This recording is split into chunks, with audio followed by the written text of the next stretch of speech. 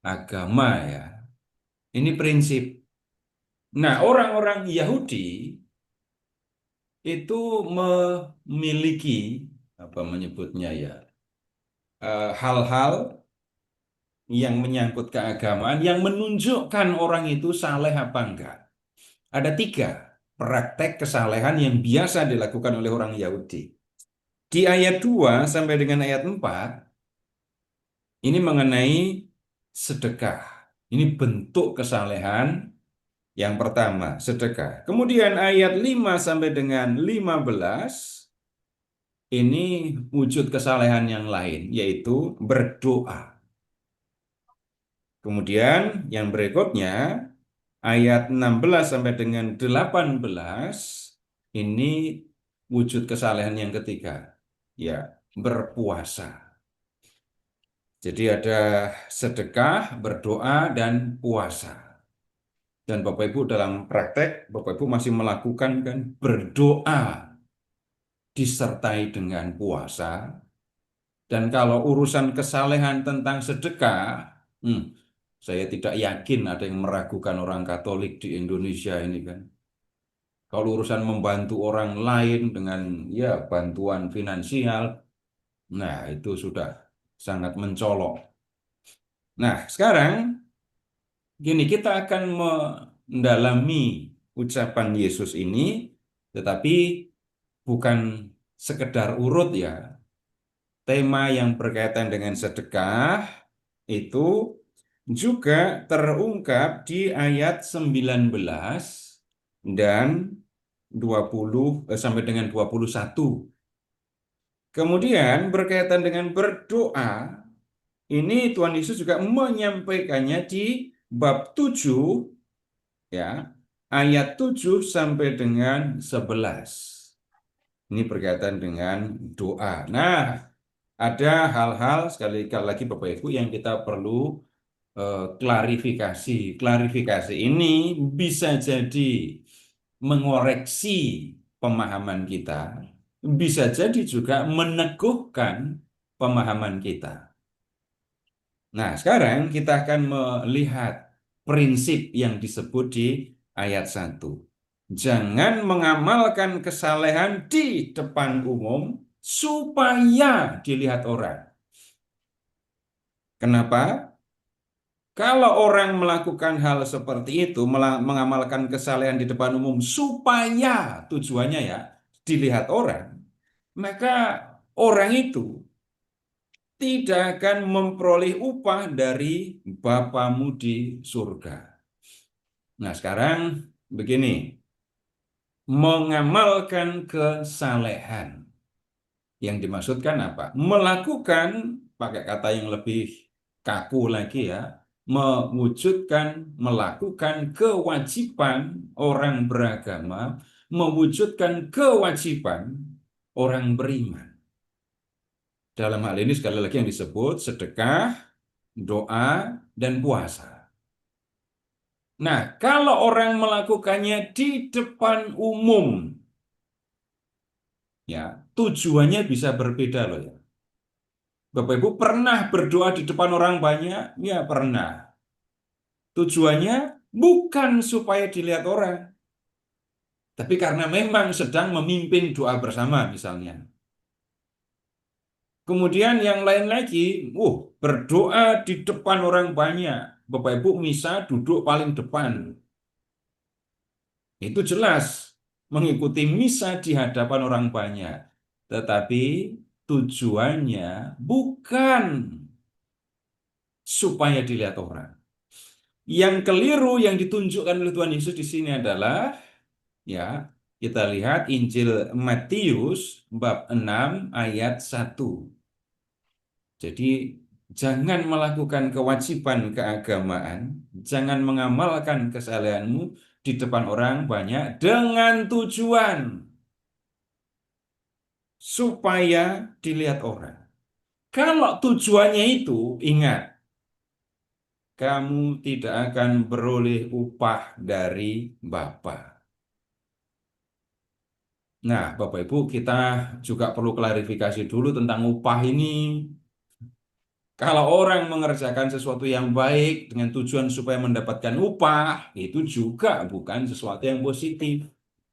Nah, silahkan Bapak Ibu mengingat prinsip yang Bapak Ibu bisa diterapkan di seluruh Alkitab.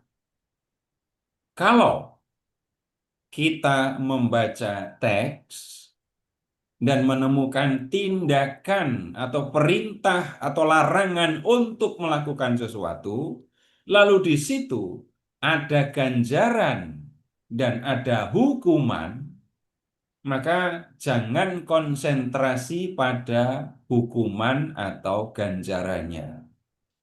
Konsentrasilah, perhatikanlah tindakan yang mendatangkan ganjaran atau yang mendatangkan hukuman. Ganjaran, pahala, upah itu sama. Kalau ada tindakan yang mendatangkan ganjaran, oh berarti konsentrasi kepada tindakan ya. Tindakan itu adalah tindakan yang berkenan kepada Tuhan. Tetapi kalau ada tindakan yang mendatangkan hukuman, maka juga jangan pikirkan hukumannya. Pikirkan tindakan yang mendatangkan hukuman itu adalah tindakan yang tidak berkenan kepada Tuhan. Ambil contoh, Bapak Ibu ketika membaca di kitab Keluaran, bab 21. Bapak Ibu silahkan periksa. Keluaran, bab 21. Lihat ke ayat 15.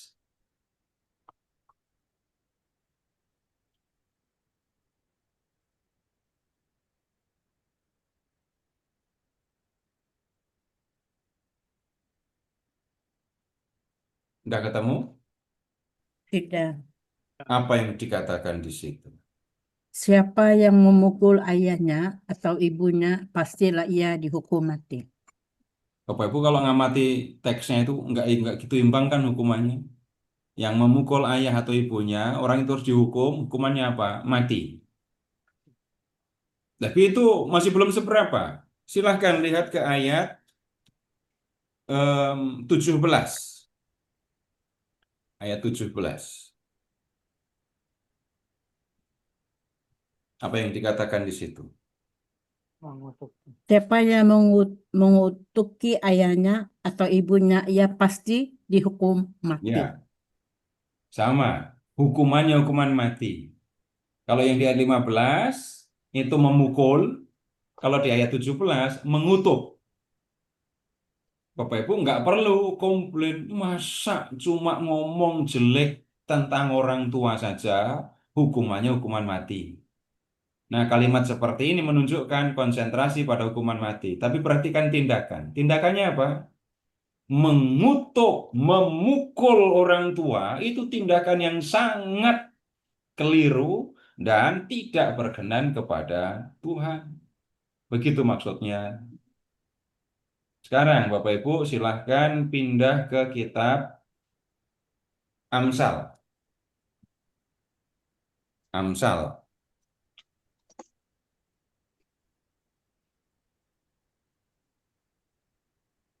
bab Musa, 3. Amsal bab 3. berkat dan hikmat. Ya, lihat ke ayat 9 dan 10.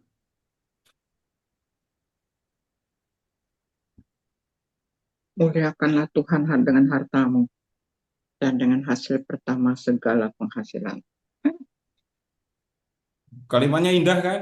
Iya, Muliakanlah Tuhan dengan hartamu dan dengan buah sulung dari hasil tanahmu, maka lumbung-lumbungmu akan terisi penuh sampai melimpah-limpah dan bejana pemerasanmu akan meluap dengan air buah anggurnya. Kalau ini kita memperhatikan ganjaran pahala atau upahnya, Bapak Ibu, bisa memang itu jadi motivasi ya. Tapi tindakan baik, tapi motivasinya adalah untuk mendapatkan sesuatu, maka ini akan mengurangi kebaikan dan tidak akan sungguh-sungguh baik. Nah, perhatikan atau konsentrasi kepada tindakan yang mendatangkan ganjaran. Muliakanlah Tuhan dengan hartamu. Muliakan Tuhan dengan buah sulung dari hasil tanahmu. Muliakanlah Tuhan dengan harta yang kamu miliki. Gunakan hartamu untuk memuliakan Tuhan. Nah, Tuhan menjanjikan ganjaran. Nah, ganjarannya ini tidak perlu diperhatikan sungguh-sungguh. Tapi tindakan yang mendatangkan ganjaran, ingat itu tindakan yang berkenan kepada Tuhan. Jadi, lakukan. Yang tidak berkenan kepada Tuhan, tandanya apa? Ada ancaman hukuman. Nah, itu jangan dilakukan. Kembali ke Injil Matius. Nah, kalau sampai orang melakukan kewajiban agama di depan orang supaya dengan tujuan dilihat orang, maka orang ini dikatakan sudah mendapatkan upah. Dan upahnya adalah dari orang yang melihat tadi. Nah, sekarang begini, Bapak Ibu silahkan mengingat ya, dari Bapak Ibu kecil sampai dengan sekarang ini. Bapak Ibu tolong perhatikan, ingat-ingat dampak dari pujian kepada Bapak Ibu. Ketika Bapak Ibu masih kecil, dipuji, Bapak Ibu senyum-senyum apa enggak? Ya, Hmm, senang dipuji. senang, senyum. Kemudian entah dipuji karena cakep, entah dipuji karena pinter, atau malah dua-duanya. Nah, pujian itu membuat orang bersemangat, bergembira. Tapi kemudian karena pujian itu mendatangkan kegembiraan, kebanggaan, bahkan kesombongan, bisa jadi orang-orang justru mencari pujian semata-mata untuk menyenangkan dirinya. Kalau itu kemudian berubah menjadi kesombongan, maka yang terjadi pujian yang diberikan oleh orang lain itu membuat orang merasa lebih dari Dari yang lain. orang lain. Nah, harusnya bagaimana? Lakukan kewajiban agamamu dengan tersembunyi.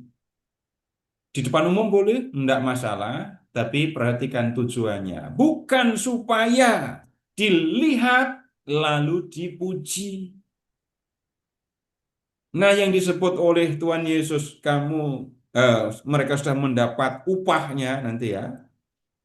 Itu adalah kegembiraan yang diperoleh karena mendengarkan pujian tadi. Orang ini tidak sungguh baik.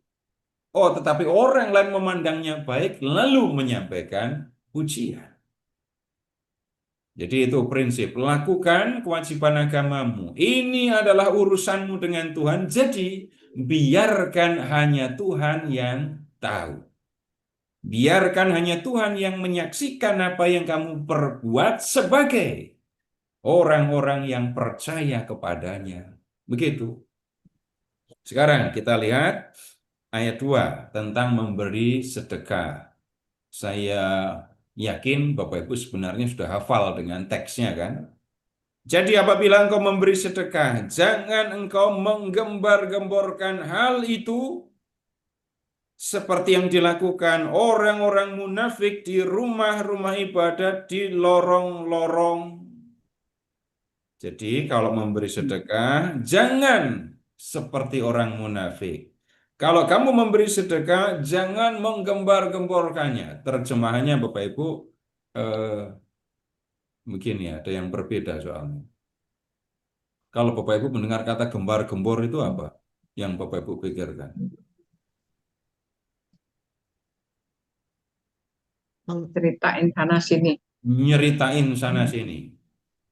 Nah, dalam bahasa Yunani bunyinya begini. Jangan engkau melakukannya sambil meniup terompet.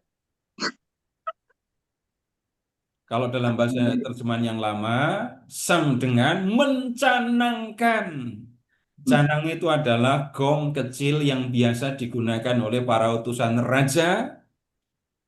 Sehingga kalau ada utusan raja mau menyampaikan pengumuman, maka utusan raja itu akan datang ke suatu tempat, perkampungan, pasar misalnya, lalu memukul canang. Ketika mendengar canang dipukul, orang akan datang. Dan kemudian utusan raja akan berbicara, menyampaikan apa yang menjadi titah raja. Nah, jangan melakukan atau memberi sedekah dengan cara seperti itu. Nah, kemudian kalau dalam bahasa Yunani,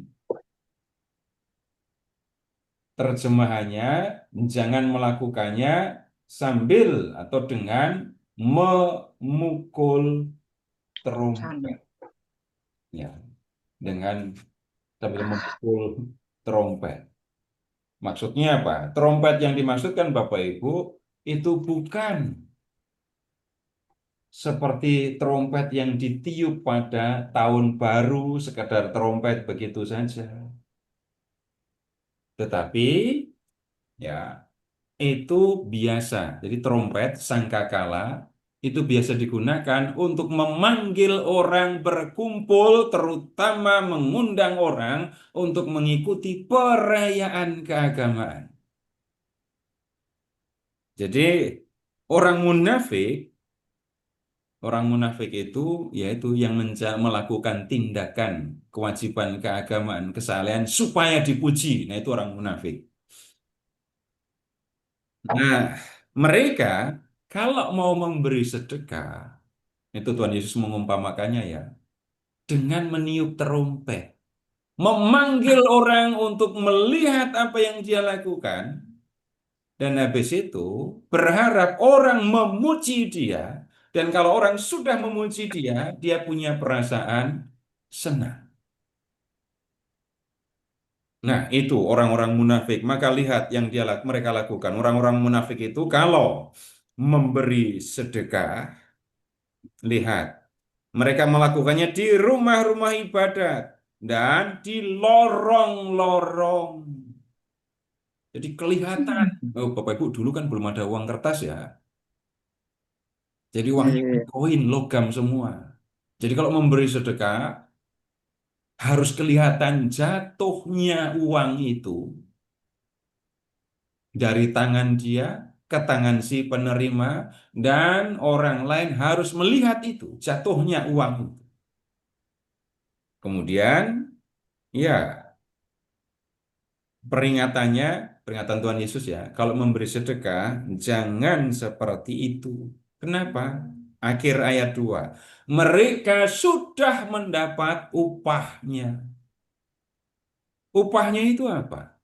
Upahnya adalah pujian Pujian. yang didengarkan oleh telinganya, yang kemudian menggembirakan hatinya, bahkan bisa membuatnya menjadi sombong itu tadi. Lalu bagaimana? Ayat 3. Jika engkau memberi sedekah, janganlah diketahui tangan kirimu apa yang diperbuat tangan kananmu. Jadi orang biasanya memberi sedekah dengan menggunakan tangan kanan. Kalau tangan kanan memberi sedekah, tangan kiri taruh di belakang punggung. Tangan kiri masukkan ke dalam saku celana, masukkan ke dalam jubah, supaya tangan kiri tidak melihat apa yang diperbuat oleh tangan kanan. Bapak Ibu, ini gaya bahasa Tuhan Yesus menggunakan hiperbola. Gitu ya. Untuk membuat pesannya itu dipahami dan langsung diingat. Kalau kamu memberi sedekah, jangan sampai ada orang yang mengetahui. Itu maksudnya. Terus ayat 4 itu menjelaskan, hendaklah sedekahmu itu diberikan dengan tersembunyi. Kalau memberi sedekah, ini tersembunyi maksudnya jangan sampai ada orang lain lihat, jangan sampai melakukannya untuk mendapatkan pujian. Nah, Maka Bapamu yang melihat yang tersembunyi akan membalasnya kepadamu. Bapamu yang ada di tempat tersembunyi akan memberikan ganjaran kepadamu. Nah, yang ini Bapak Ibu tidak perlu diperhatikan. Pesannya jelas. Kalau kamu memberi sedekah, lakukan secara rahasia, jangan sampai ada orang yang tahu, dan bersihkan dirimu supaya tidak muncul keinginan, supaya tindakanmu dilihat orang. Jaga hatimu, jangan sampai muncul keinginan kamu dipuji oleh orang. Lebih lanjut, orang memberi sedekah itu kan yang diperhatikan siapa? Pengemisnya. Iya, yang diperhatikan, yang dipikirkan oleh orang yang memberi sedekah adalah penerima sedekah itu kan. Penerima yang harus diperhatikan. Sekarang silahkan Bapak Ibu membayangkan, saya memberi sedekah kepada orang yang memerlukan, tangan saya mengulurkan, tangan saya terulur untuk orang yang perlu dibantu itu, tapi mata saya melihat ke sana kemari untuk memperhatikan ada orang yang melihat atau tidak. Kalau ada yang melihat, saya akan melakukan. Kalau tidak ada yang melihat, maka saya tidak akan melakukan. Nah, jadi aneh sekali kan? Yang dipikirkan adalah yang menerima sedekah itu. Bukan dilihat orang atau tidak. Nah, kemudian berkaitan dengan sedekah, Bapak Ibu lihat sekarang ke ayat 19. Janganlah mengumpulkan harta bagi dirimu di bumi, di mana ngengat dan karat merusaknya, tetapi pencuri membongkar serta mencurinya. Namun kumpulkanlah bagimu harta di surga, yang tidak dirusak oleh ngengat dan karat, dan pencuri tidak membongkar serta mencurinya. Sebab di mana hartamu berada, di situ juga hatimu berada. Bapak Ibu, tolong lihat ke ayat 20. Kumpulkan bagimu harta di surga. Bapak, Ibu, kapan terakhir ngecek rekening dan ini deposito? Enggak, saya cuma nanya, saya enggak akan minta. Sekarang Bapak Ibu, dengan menggunakan hitungan sederhana ya, enggak usah pakai bahasa suci dulu. Yang disebut orang kaya, itu yang punya kumpulan banyak harta kan. Nanti kalau di total deposito, harta yang bergerak, harta yang tidak bergerak. Nah, lalu kan ketemu orang yang mengumpulkan banyak harta, yang punya banyak harta, itu disebut orang kaya. Sekarang, kalau ada ayat 20, perintah Tuhan Yesus, peringatan Tuhan Yesus, kumpulkan harta di surga. Bapak Ibu, ini ungkapannya adalah kaya di hadapan Allah.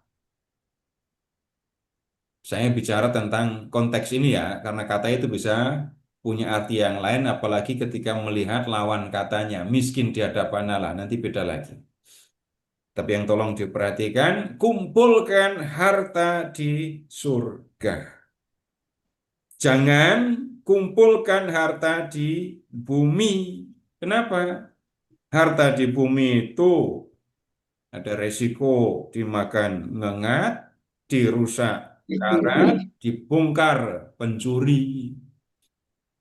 Nah, kalau dulu Bapak Ibu ya bisa begini, eh, ngengat, karat, ngerusak. Loh, harta orang dulu itu ada yang bisa dirusak oleh ngengat dan karat. Harta apa? Pasti bukan perak, bukan emas, bukan berlian, bukan batu-batu mulia. Baju. Pakaian orang dulu itu merupakan salah satu bentuk kekayaan. Dan dari pakaian orang tahu orang ini kaya atau tidak. Jadi orang kaya kan memberi ciri orang kaya zaman dulu ya. Satu, gemuk karena punya cukup bahan makanan. Jadi orang kaya zaman dulu itu bukan depositonya ada berapa, enggak. Lumbungnya ada berapa banyak isinya. Kemudian batu mulia, logam mulianya berapa banyak.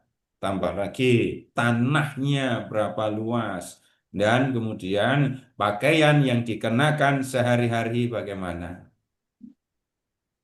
Bapak Ibu silahkan mengingat anak yang hilang itu ketika pulang bapaknya bilang ke hambanya, ambil kenakan jubah, Ubah, sepatu, cincin, cincin, gitu kan. Kemudian di surat Yakobus, itu anggota jemaat ada yang kaya, bajunya bagus, pakai cincin. Wah, disuruh duduk depan. Yang pakainya kumal jelek sana, duduk jauh-jauh sana. Ya, sekali lagi yang saya maksudkan, harta di dunia, terutama yang berupa kain, bisa dimakan nganga, bisa rusak oleh karat, iya, ya benda-benda tertentu yang menjadi kekayaan bisa dirusak nganga, dibobol pencuri, nah sudah jelas. Tapi harta yang dikumpulkan di surga tidak akan rusak, tidak akan dicuri. Kemudian begini, Bu, kalau sekarang sistem keamanan sebenarnya sudah sangat maju, tapi jangan lupa malingnya mempelajari cara yang lebih maju juga kan. Uang di bank sudah rapi, rapat sekali gitu ya. Bisa hilang. Uang yang disimpan di asuransi bisa tahu-tahu nggak ada. Saya yakin sudah mengumpulkan banyak, tetapi wah ternyata saya ditipu gitu. Nah, kemudian pertanyaannya, bagaimana mengumpulkan harta di surga? Bapak Ibu tahu nomor rekening Tuhan Yesus? Atau Bapak Tahu. Ibu tahu kotak deposit yang ada di surga? Bapak Ibu pegang kunci, bisa ngantar logam mulia, benda batu mulia ke sana, simpen di sana? Enggak. Bagaimana caranya? Kita perlu minta bantuan Lukas. Silakan Bapak Ibu ke Lukas bab 12.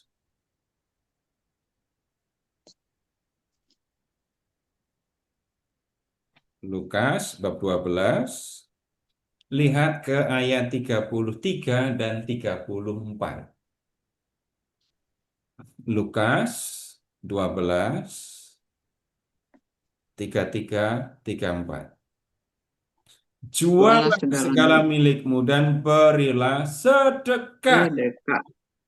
Buatlah bagimu pundi-pundi yang tidak dapat menjadi tua, harta di surga yang tidak akan habis, yang tidak dapat didekati pencuri, dan yang tidak dirusak ngengat.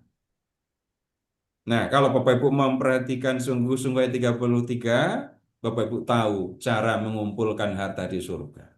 Gimana caranya? Sedekah, sedekah, Dengan jual memberi harta. sedekah. Kemudian Bapak Ibu dalam hal ini silahkan mengingat ya, pengadilan terakhir. Ketika aku lapar, kamu memberi aku makan. Ketika aku haus, kamu memberi aku minum. Ketika aku orang asing, kamu memberi aku tumpangan. Ketika aku sakit, ketika aku dalam penjara, kamu mengunjungi aku, gitu kan? Lalu Tuhan Yesus mengatakan, segala sesuatu yang kamu lakukan untuk saudaraku yang paling hina ini, kamu telah melakukannya untuk Hanya aku. untukku. Nah, Bapak Ibu, ini cara mengumpulkan harta di surga dengan memberi sedekah. Yang harus diingat, lakukan itu, memberi sedekah, dengan tersembunyi, biarkan hanya Bapa di surga yang tahu. Nah, kemudian kita lihat yang berikutnya tentang berdoa, ya. Silahkan kembali ke Matius bab 6 ayat 5. Oh ya, peringatannya tadi, di mana hartamu berada, di situ hatimu berada. Bapak Ibu dari kecil sudah tahu itu kan? Coba Bapak Ibu ingat-ingat, waktu kecil, waktu masih SD, sudah dia dibelikan sepatu baru. Malamnya tidurnya nyenyak apa enggak? Disimpan sepatunya buat tidur. Sih, sepatunya sekalian mah dibawa tidur. Nanti Ya. pagi-pagi akan bangun cepat supaya bisa mengenakan sepatu. Nah, ketika ada sepatu baru, saya punya sepatu baru, hati saya, seluruh diri saya ada di harta saya, sepatu saya itu. Tidak berlaku untuk semua, untuk orang yang pernah belajar, untuk orang yang mendengarkan firman Tuhan, nggak akan berlaku begitu. Tapi prinsip umum, ketika orang memiliki harta, maka hatinya akan terarah kepada hartanya itu. Bab 6 ayat 5. Apabila kamu berdoa, janganlah berdoa seperti orang munafik. Jangan seperti orang munafik ya. Loh, memangnya orang munafik kalau berdoa bagaimana? Mereka suka mengucapkan doanya dengan berdiri dalam rumah-rumah ibadat dan pada tikungan-tikungan jalan raya supaya mereka dilihat orang. Sesungguhnya aku berkata kepadamu, mereka sudah mendapat upahnya. Nah, Bapak Ibu, ketika kita bicara tentang memberi sedekah tadi, yang harus dipikirkan adalah yang menerima sedekah. Nah, sekarang kalau orang berdoa, doa itu kan komunikasi sifatnya pribadi antara orang beriman dengan Allahnya kan. Pribadi, Bapak Ibu, silahkan untuk contoh ya. Bapak Ibu ketika mendoakan aku percaya, biarpun Bapak Ibu mendoakannya bersama orang banyak, tetap saja mengatakan aku, bukan kami percaya. Iman, terutama yang terungkap dalam doa, ini merupakan relasi komunikasi dengan Allah. Jadi seluruh diri ketika berdoa harusnya tertuju kepada Allah. Orang munafik nggak begitu. Orang munafik sengaja nyari tempat yang ramai, berdoanya sambil berdiri supaya kelihatan, dan mereka melakukannya ya di sinagoga-sinagoga, tapi kemudian juga di tikungan-tikungan jalan. Bapak Ibu, yang tolong diperhatikan bukan pertama-tama soal tempat, tapi soal supaya dilihat orang. Ya, kalau kita berdoanya di depan, di rumah ibadat, Bapak Ibu silahkan membayangkan dah. Bapak Ibu ikut misa, Bapak Ibu berdoa kan ikut misa. Dan sepanjang misa, Bapak Ibu berdiri di depan altar. Pasti semua orang akan memberikan perhatian. Sambil kemudian ada yang datang, menarik orang itu ke sakristi atau keluar, terus habis itu pegang jidatnya. Panas kepalanya, nggak beres ini orang. Nah, orang munafik sengaja nyari tempat yang ramai. Dan tujuannya adalah, sekali lagi, supaya orang melihat. Mereka sudah mendapat upah. Upahnya apa? Pujian itu. Nah, harusnya bagaimana? Ayat 6. Namun, jika engkau berdoa, masuklah ke dalam kamarmu. Tutuplah pintu Dan berdoalah kepada Bapamu yang ada di tempat tersembunyi. Maka Bapamu yang melihat yang tersembunyi akan membalasnya kepadamu. Masuk ke dalam kamar, tutup pintu, ya. Kemudian, ya, berdoalah kepada Bapa. Lakukan komunikasi dengan Bapa. Dan relasi atau komunikasi dengan Bapa akan menjadi pembicaraan pribadi dengan Bapa. Hanya saya dan Bapa yang tahu isi hati saya, sekaligus hanya Bapa dan saya yang tahu saya berdoa, membangun, membina relasi dengan Allah. Nah, kemudian ini doa menjadi apa menyebutnya ya, benar-benar orang memperhatikan Bapa, seluruh dirinya tertuju kepada Bapa. Bapak Ibu, ini juga bisa dipahami harafiah, tapi bisa juga tidak harafiah. Tentang kamar tadi loh ya. Bapak Ibu bisa kan? Bisa dipahami harafiah. Cari di rumah, cari. Siapkan di rumah kamar, ruangan yang kosong. Kemudian taruh di situ sarana-sarana untuk berdoa. Nah, kemudian disitulah saya berdoa, saya menghadap Bapa. Nah, bisa jadi juga tidak harafiah. Maksudnya, pakai bahasa yang gampang dulu ya. Bapak Ibu pernah berdoa di ini ruang tamu? Oh, atau ruang tamunya nggak pernah didoain. Malah aneh nanti loh ya. Pernah, Kamu nggak pernah, dipakai untuk Pak. berdoa. Kalau di ruang tamu tuh doa Gimana? bersama, doa lingkungan. Nah, itu. Tapi kalau doanya jam 12 malam, bisa Eh, juga kan? Itu tempat doa, Nah, di iya. ruang Tapi doa. bisa. Pernah berdoa di ruang tamu? Juga pernah. kalau Hanya malam-malam. begitu saja pertanyaannya. Kalau berdoa di ruang tamu masih wajar kan? Pernah berdoa di dapur? Pernah. Ya, boleh. Masa belum pernah Bapak Ibu-Ibu masak sambil berdoa? Sering. Iya, singkat. Sering kan? Tuhan berkatilah makanan ini. Terserah mau doanya apa. Nyatanya Bapak Ibu, Ibu-Ibu terutama ya, doa di dapur. Kecuali Ibu memasak, Bapak di sebelahnya sambil doa rosario. Tapi itu jarang terjadi. Kemudian silahkan mengingat, pernah berdoa di taman? Pernah. Iya. Nggak Pernah. pernah. Di mana saja. Hmm.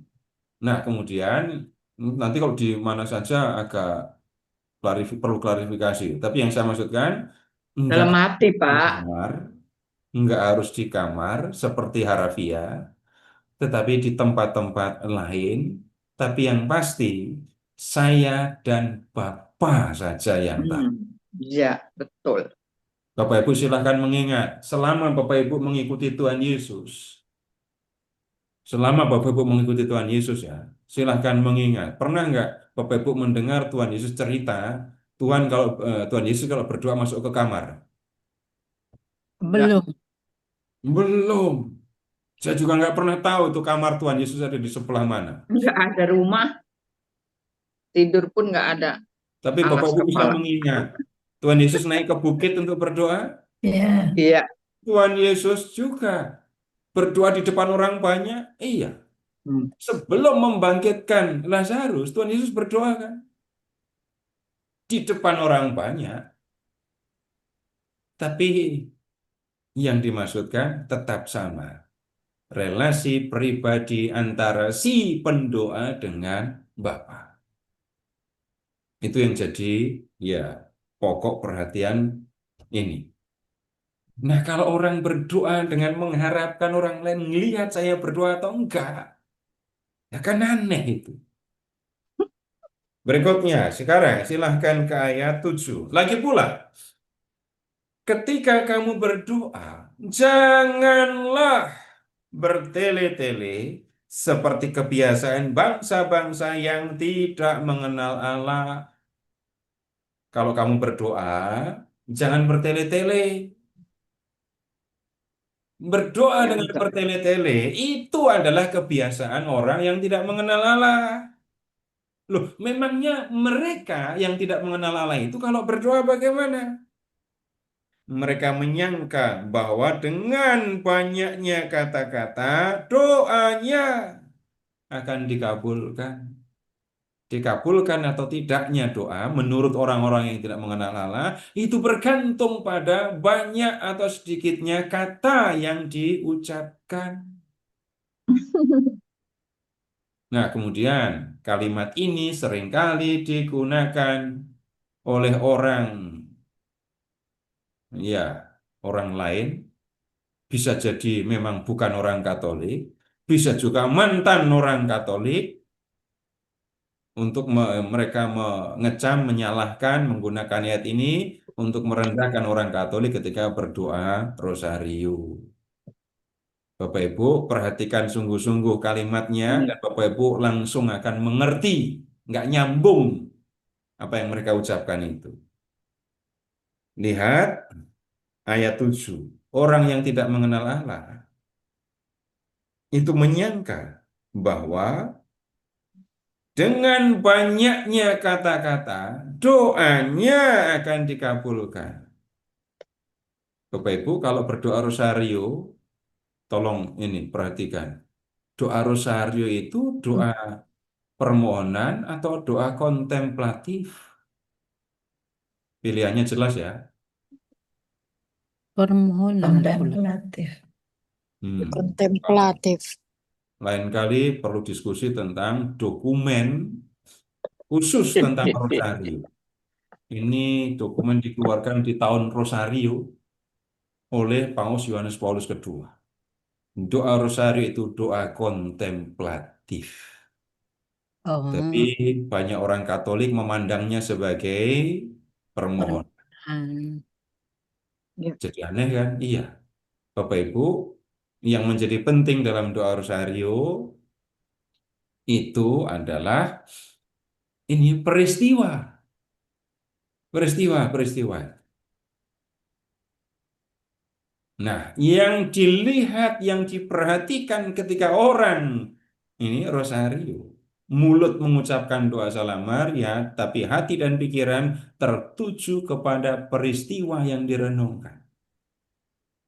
Hmm. Kalau nggak hati-hati, kalau nggak belajar, nah banyak orang Katolik yang menggeser doa kontemplatif ini jadi doa permohonan. Peristiwanya hanya diucapkan dan peristiwa ini disertai dengan intensi. Lalu yang lebih diperhatikan intensi dan seolah-olah 10 salam Maria yang diucapkan itu adalah untuk mendorong intensi.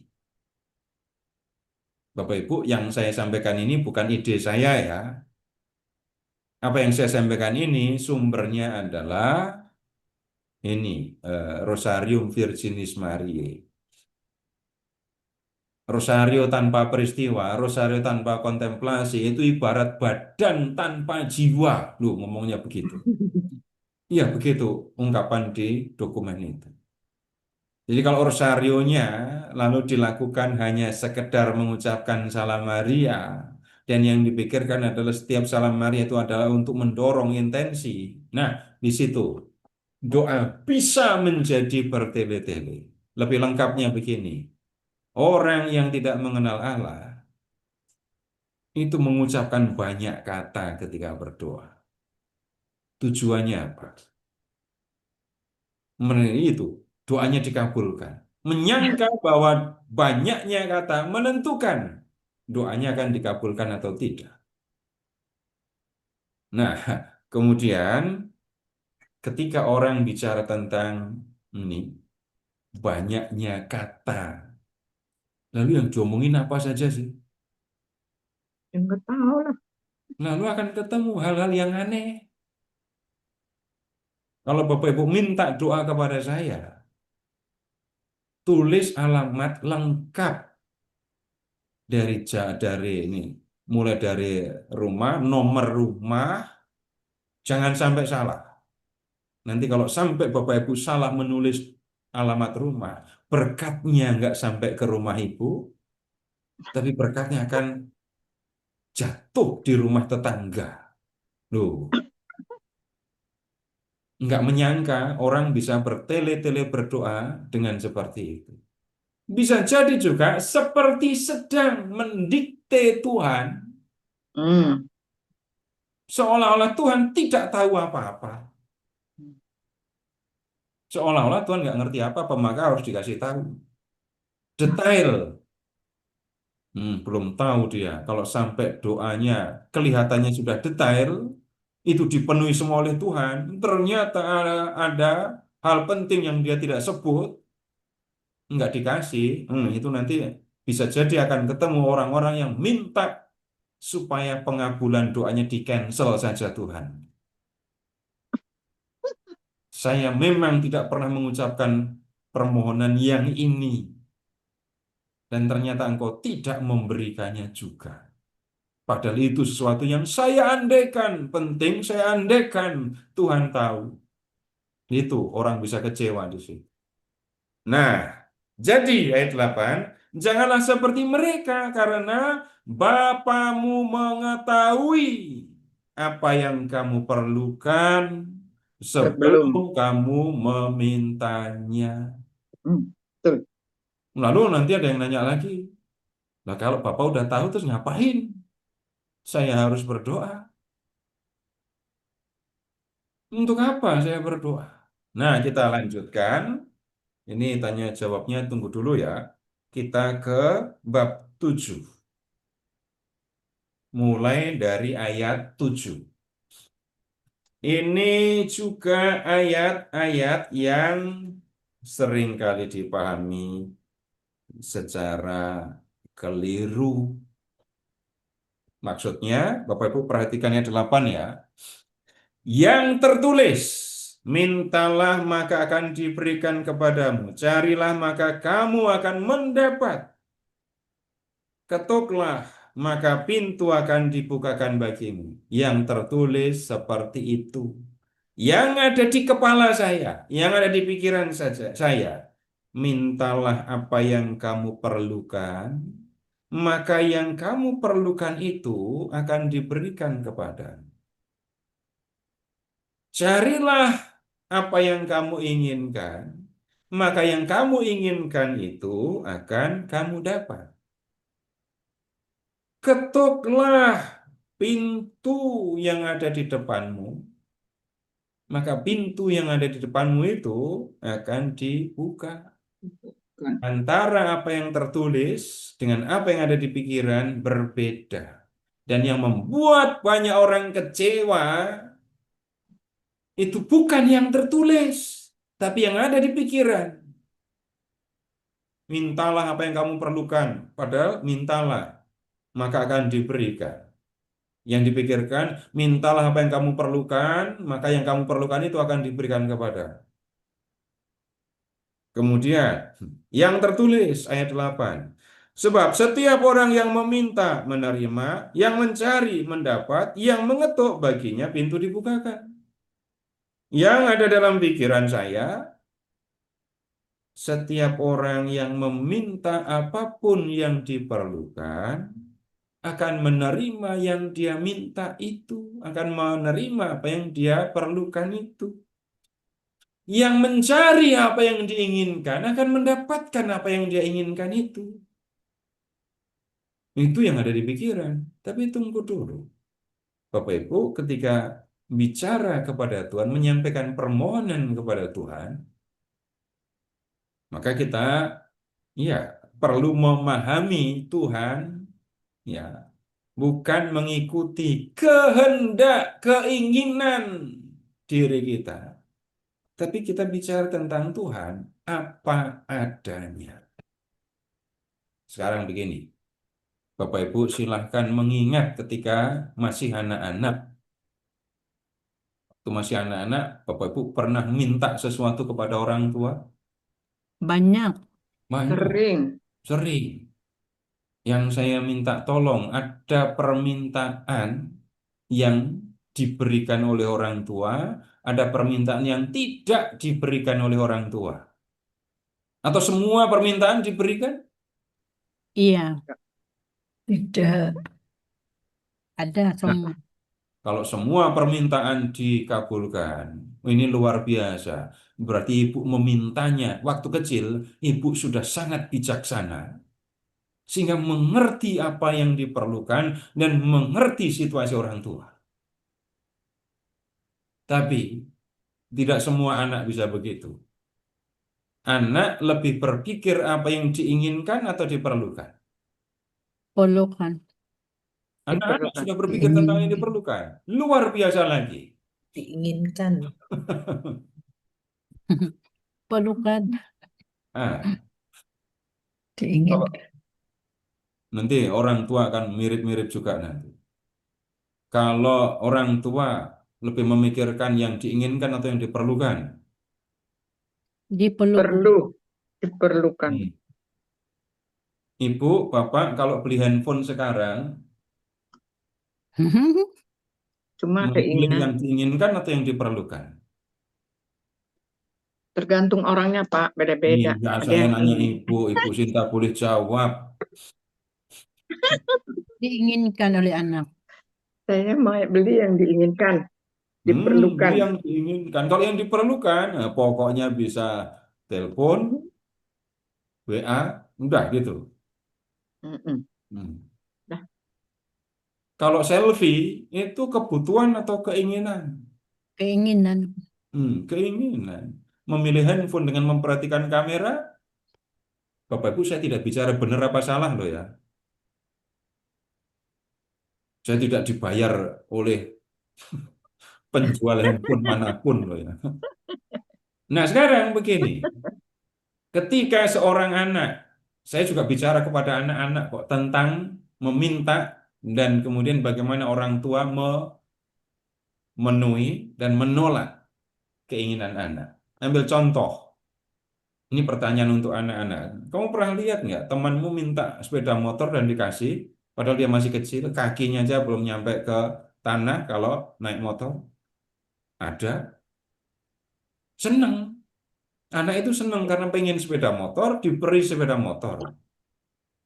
Keinginan itu. Orang tua tidak memperhatikan dampaknya, dan anak-anak menyaksikan, melihat, mendengar anak yang seperti itu jatuh, orang yang seperti itu ada yang nabrak orang yang seperti itu ada yang mengalami kecelakaan sendiri. Kemudian ada anak-anak yang minta izin supaya boleh main handphone selama dia mau. Orang tua memenuhi. Kalau orang tua sampai memenuhi, nanti akan ketemu dari yang ringan, maksudnya gejalanya akan tampak, yang dulunya anak normal menjadi seperti anak autis. Maksudnya, anak ini normal, coba ketika pegang handphone, main game, panggil. Apakah Nggak jawab. sekali dipanggil langsung mendengar dan menjawab? Enggak. Perlu berapa kali untuk anak itu meninggalkan handphone dan melakukan apa yang Bapak Ibu minta? Kemudian, anak sedang main handphone, di depannya ada orang lewat, dia akan menyapa? Enggak. Ketika disapa, bukan mengucapkan kata dari mulut, tapi mengeluarkan bunyi dari mulutnya. Bukan kata-kata, tapi bunyi.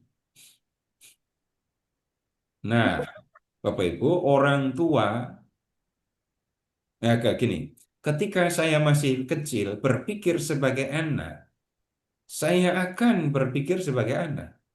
Saya minta ini harusnya orang tua saya memberi. Kalau saya tidak memberikan, saya akan nangis. Kalau nangis cuman ya suaranya kecil, belum diperhatikan, saya akan menangis lebih keras lagi. Kalau perlu di depan toko yang jual mainan, saya akan menangis sambil berteriak-teriak dan kemudian apa menyebutnya? Guling-guling di lantai, Iya, guling-guling di lantai. sambil menghentak-hentakkan kaki. Nah, kemudian kalau yang lebih maju tadi ya pengen handphone yang gengsinya tinggi, pengen motor yang sebenarnya belum waktunya dia naik. Ada orang tua yang memenuhi, ada, tapi orang tua yang seperti itu tidak melihat dampak efeknya ya. Mm-mm. Dan ketika anak berpikir, ya anak berpikir sebagai anak. Tapi setelah Bapak Ibu jadi orang tua, apakah semua permintaan anak akan dikabulkan? Enggak. Contoh sudah saya sebut tadi. Ya, eh, Bapak Ibu, ketika kami melakukan latihan rohani dengan anak-anak yang lalu itu dalam waktu Jumat, Sabtu, Minggu, Senin, 3 hari 3 malam. Anak sama sekali tidak memegang handphone dan mungkin bahkan tidak melihat handphone karena memang tidak bawa.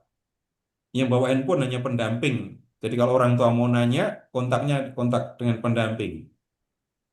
Apa yang terjadi? Anak-anak main, berkomunikasi baik satu dengan yang lain. Dan orang tuanya gembira ketika diberitahu anaknya nggak boleh bawa handphone, orang tuanya malah senang, bukan sedih. Nah, Betul. kemudian sekarang orang tua bisa jadi menolak permintaan anak bukan karena tidak sayang kepada anaknya, tapi orang tua tahu yang diperlukan oleh anaknya. Sekarang kita lihat ayat 9, bab 7 ayat 9. Adakah seorang di antara kamu yang memberi batu kepada anaknya jika ia meminta roti? Atau memberi ular jika ia meminta ikan? Ada enggak? Anak minta, Bapak, aku minta roti, aku lapar.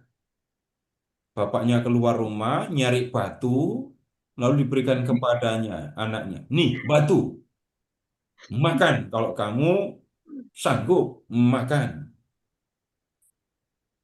Anak datang, lapar, minta nasi. Ada enggak? Bapaknya malah keluar nyari pasir, lalu kasih ke anaknya. Nih, makan pasir. Gitu. Terus anaknya minta ikan. Ikan itu lauk untuk dimakan. Nggak ada orang tua yang anaknya datang bilang lapar, minta makan, dan makanan yang diminta adalah ikan. Bapaknya malah pergi keluar, nyari ular, lalu memberikannya kepada anak. Itu bukan makanan, ular bukan makanan. Ular membahayakan untuk anak. Nah, kemudian ayat 11. Jadi, jika kamu yang jahat, ini maksudnya bukan kalian para kriminal, bukan. Manusia itu berdosa. Manusia punya kecenderungan kepada yang jahat. Jika kamu yang jahat tahu memberi pemberian yang baik untuk anak-anakmu, apalagi Bapamu yang di surga, ia akan memberikan yang baik kepada mereka yang meminta kepadanya. Bapak Ibu, baik menurut siapa?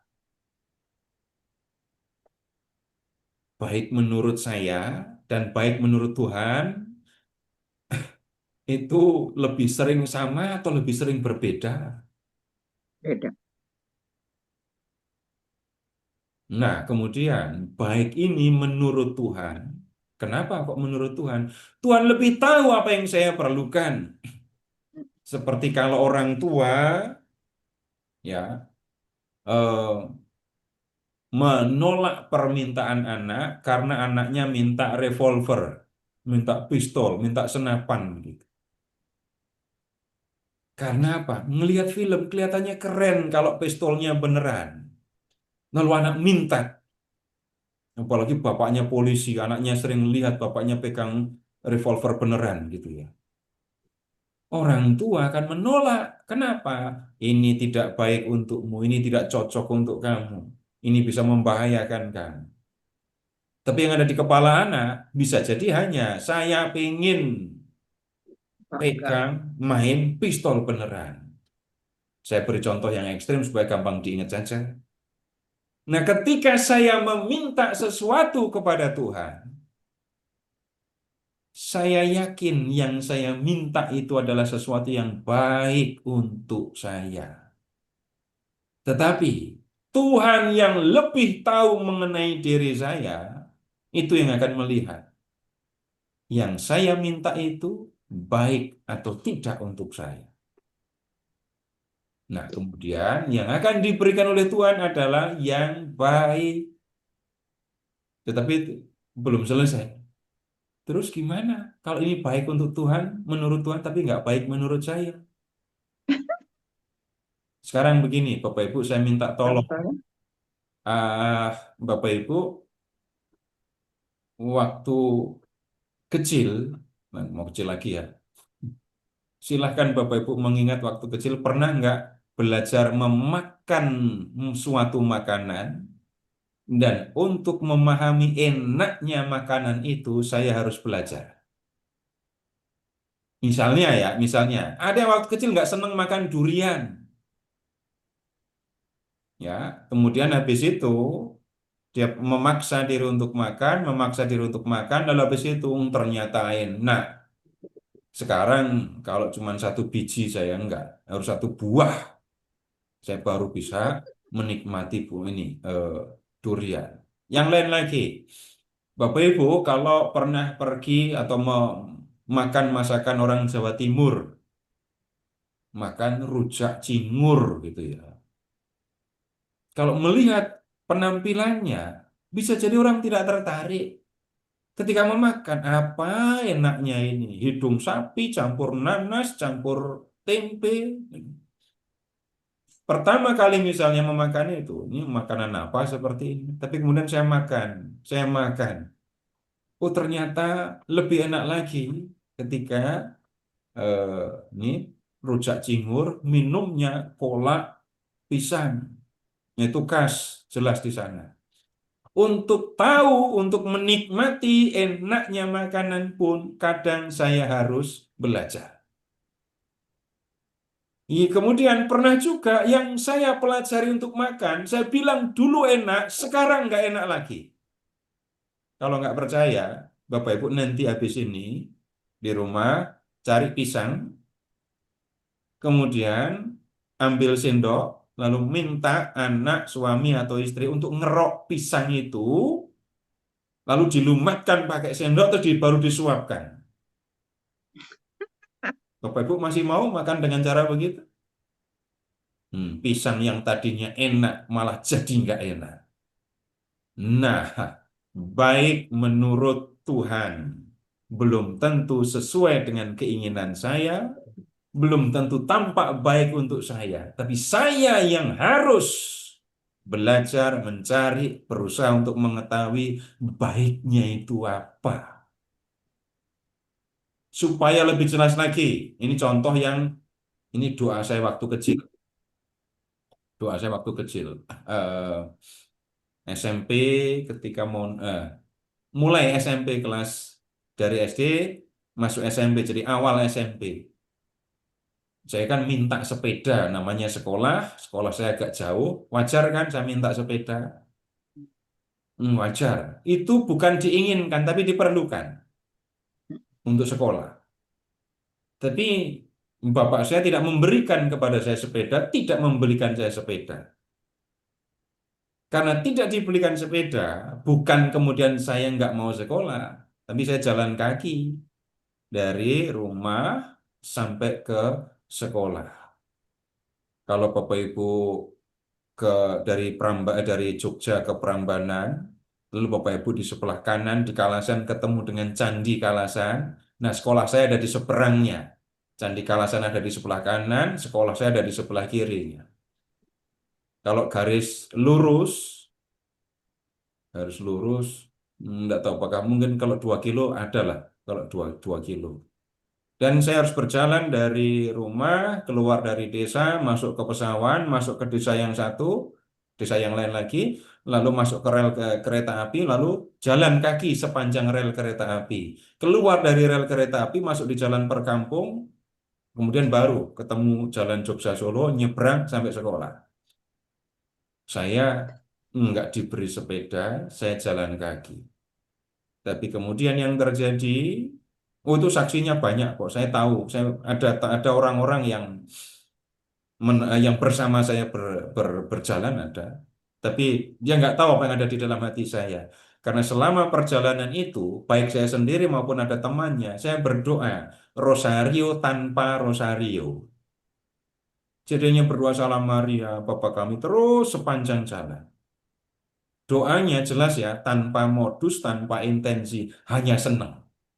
Saya tidak mendapatkan sepeda, tapi saya mendapatkan pelatihan doa. Jadi salah satu sekolah doa saya, tempatnya adalah rel kereta api itu. Jadi itu yang saya maksudkan. Baik menurut Tuhan belum tentu baik untuk saya, tapi kemudian belum tentu baik ya untuk saya kelihatannya ya.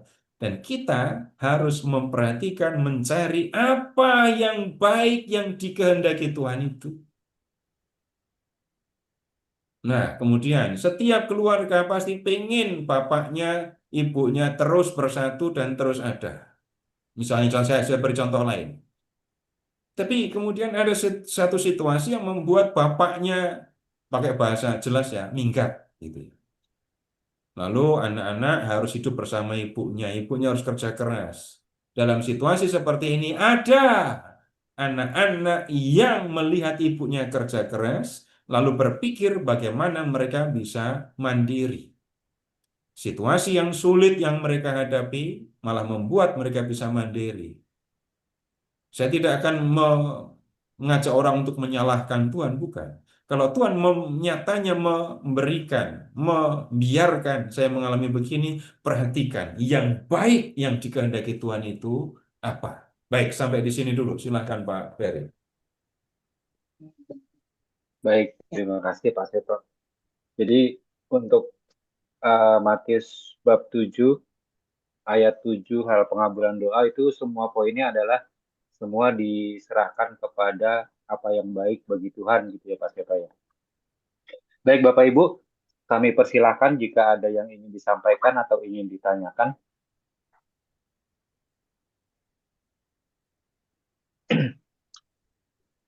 Untuk tadi sudah kita bahas mengenai kesalehan, memberi sedekah, berdoa dan berpuasa.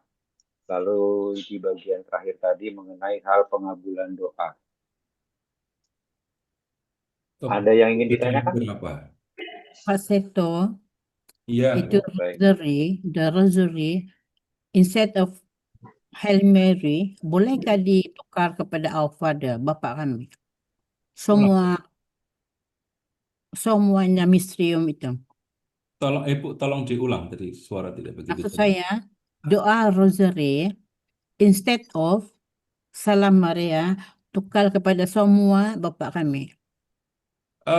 Begini, setiap doa itu ada apa menyebutnya ya, kekhasan sendiri-sendiri. Kalau namanya doa rosario, ya rangkaiannya doa seperti itu. Ketika berdoa rosario tetapi Salam Maria diganti dengan Bapa kami, itu bukan rosario lagi. Oh, oke. Itu akan menjadi doa yang lain gitu ya. Alright, thank Akan you. menjadi doa yang berbeda. Mm-mm. Nah, Bapak Ibu, ketika berdoa rosario, sekali lagi silahkan ini pelajari lagi ya dokumen yang saya sebutkan tadi. Dan Bapak Ibu, nikmatilah indahnya doa rosario itu dengan melakukan doa itu dengan secara kontemplatif. Maksudnya kontemplatif apa? Saya tidak melarang, saya tidak punya kuasa apapun untuk melarang. Bapak Ibu, ingat saja, kalau doa rosario itu normal, kecepatan normal berapa? Bu Sinta, kalau doa rosario berapa menit? Hitungan wajar. Satu Hampir misteri. setengah jam. Setengah jam ya? Hampir. Ya, oh hitung setengah jam. Jadi saya sudah meniatkan, selama setengah jam ini saya akan berdoa rosari. Maka kemudian, ya saya akan meninggalkan segala macam urusan dan hanya mau berdoa rosari. Yang kedua, itu tadi yang saya bilang, saya tidak punya kuasa apapun untuk melarang. Tinggalkan intensi permohonan. Ya. Kemudian doa sambil membayangkan peristiwa-peristiwa yang disebut dalam doa rosari. Mulut mengucapkan salam Maria 10 kali, tapi hati, pikiran tertuju kepada peristiwa yang dikenangkan itu. Terutama ya pikiran jangan terlalu aktif juga ya. Pikiran yang sangat aktif juga akan melelahkan. Tapi ketika orang memandang, bukan merenungkan, bukan apa nyebutnya ya, memikirkan, enggak, memandang saja. Nah, itu akan menolong kita untuk menikmati ini dan menjadi penting sekali lagi bukan menikmati doanya sebenarnya ya, menikmati kebersamaan saya dengan Tuhan dengan berdoa rosari. Begitu, Bu. Nanti kalau doa yang eh, Salam Maria, Hail Mary-nya diganti semua dengan Our Father, kita akan tahu itu akan menjadi doa yang berbeda, akan menjadi doa yang lain. Begitu, Bu. Alright, thank Baik, you. welcome. Oke, terima Pak, kasih Ibu Valena. Pak Seto, Apakah ada? Oh ya, ya, silakan Ibu Sri. Pak Seto, jadi bagaimana mengenai kaya di hadapan Allah dan miskin di hadapan Allah tadi? Dan berbahagia kalau miskin atau berbahagia kalau kaya, Pak? Nah, ini dua hal yang artinya dari sudut kata ya, kaya di hadapan Allah, miskin di hadapan Allah, itu seperti antonim lawan kata ya. Hmm. Tetapi dari sisi makna, ini dua hal yang nggak ada hubungan. Nah, sekarang kembali dulu ke Injil Lukas bab 12 tadi ya.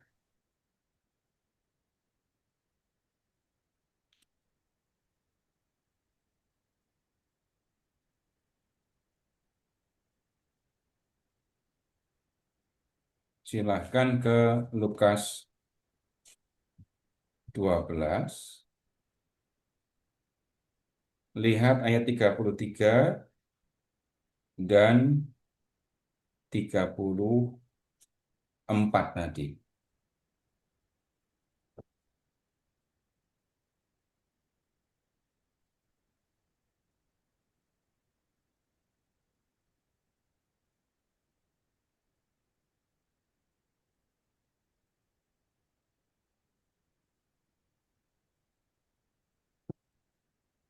Jualah segala milikmu dan berilah sedekah. Dengan cara itu, sebenarnya kamu membuat pundi-pundi yang tidak dapat menjadi tua, harta di surga yang tidak akan habis. Itu yang dimaksudkan dengan kaya di hadapan Allah. Sekarang, masih di Lukas bab 12, lihat ke ayat 16. Lalu ia menyampaikan kepada mereka suatu perumpamaan. Ada orang kaya. Tanahnya berlimpah-limpah hasilnya. Ia bertanya di dalam hatinya, apakah yang harus aku perbuat? Sebab aku tidak mempunyai tempat di mana aku dapat menyimpan hasil tanahku. Lalu katanya, inilah yang akan kau perbuat. Aku akan merombak lumbung-lumbungku dan aku akan mendirikan yang lebih besar dan aku akan menyimpan di dalamnya semua gandum dan harta bendaku. Sesudah itu aku akan berkata kepada jiwaku, jiwaku, engkau memiliki banyak harta. Tertimbun untuk bertahun-tahun lamanya. Beristirahatlah, makanlah, minumlah dan bersenang-senanglah. Tetapi Allah berfirman kepadanya, "Hai engkau orang bodoh, pada malam ini juga jiwamu akan diambil darimu, dan apa yang telah kau sediakan, untuk siapakah itu nanti?" Demikianlah jadinya dengan orang yang mengumpulkan harta bagi dirinya sendiri, tetapi tidak kaya di hadapan Allah. Jadi orang ini tadi kaya di dunia. Nah, kaya itu kayak gitu, kalau kayanya orang zaman dulu. Tapi orang ini tidak kaya di hadapan Allah. Yang kaya di hadapan Allah itu adalah yang menggunakan harta bendanya untuk membantu orang lain. Dengan cara seperti itu, dia berlaku seperti orang yang mengumpulkan harta di surga. Itu yang disebut kaya di hadapan Allah. Nah, bagaimana dengan miskin di hadapan Allah? Sekali lagi, miskin di hadapan Allah yang dimaksudkan kalau kita membaca Injil, itu bukan tidak pernah berbuat apa-apa, tidak pernah menolong orang lain, ya, tidak pernah menggunakan hartanya untuk membantu sesama seperti orang kaya di Lukas 12 ini. Bukan itu yang seringkali dimaksudkan sebagai miskin di hadapan Allah. Nah, sekarang maksudnya apa? Bapak Ibu pernah jadi orang miskin belum? Kalau Bapak Ibu pernah jadi orang miskin, Belum. kalau yang belum pernah itu agak repot. Nah, Yang Pernah. pernah jadi orang miskin, kan kemudian sesudah itu merasa ya sudah cukup. Tolong ingat-ingat, waktu miskin doanya lebih serius atau enggak dibandingkan setelah punya cukup harta benda. Belum alami. Nah iya tuh, yang makanya yang bisa jawab hanya yang pernah mengalami, yang belum mengalami nggak bisa jawab ini.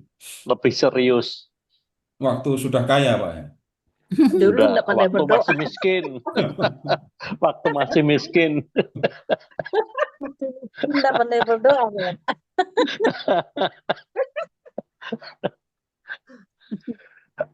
Yang pernah malas berdoa gitu ya. Ya enggak lah. Loh, kenapa? Saya belum selesai kalimatnya. Yang pernah malas berdoa, tolong ingat-ingat. Waktu itu menjadi malas berdoa ketika perekonomian meningkat atau Malas berdoa. ketika perekonomian masih kurang.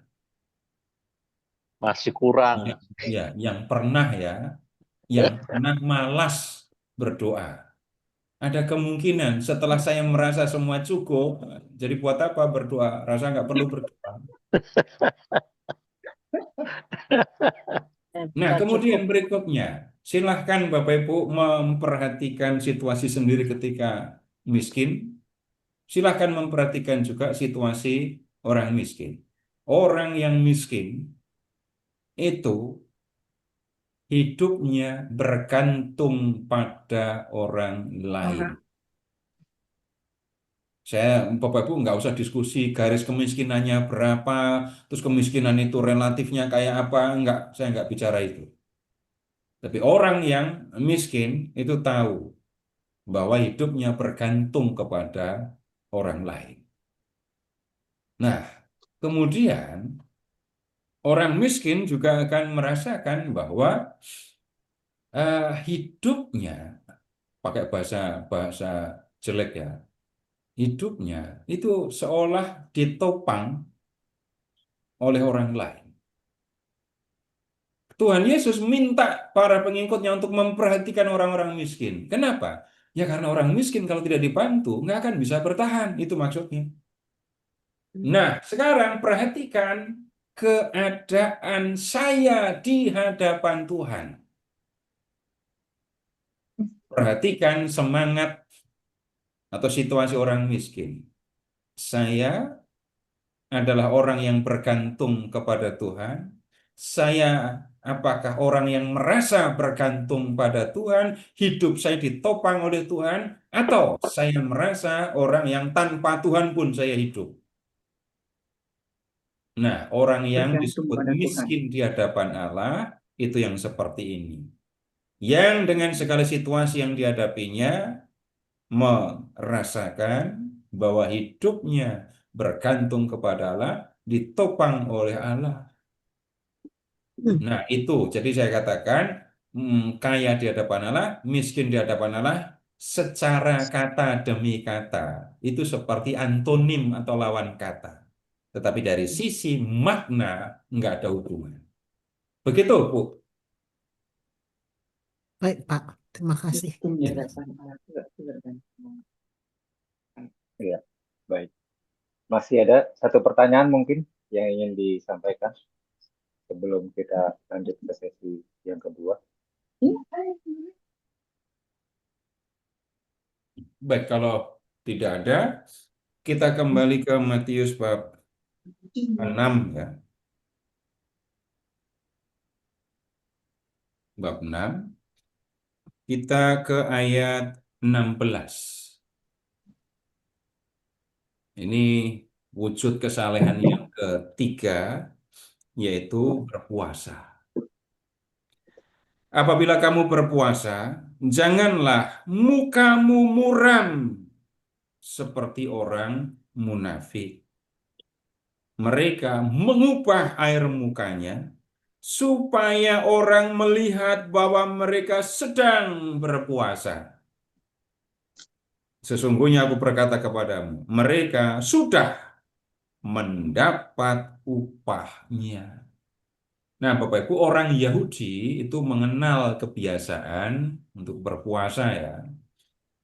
Pada hari raya pendamaian atau Yom Kippur, itu orang berpuasa. Kemudian ini sesudah penghancuran Bait Allah, orang Yahudi berpuasa. Untuk apa? Untuk mengenangkan peristiwa ketika Bait Allah diruntuhkan. Nah, kemudian sekarang kita lihat dulu ya tentang puasa. Silahkan ke kitab Imamat bab 16.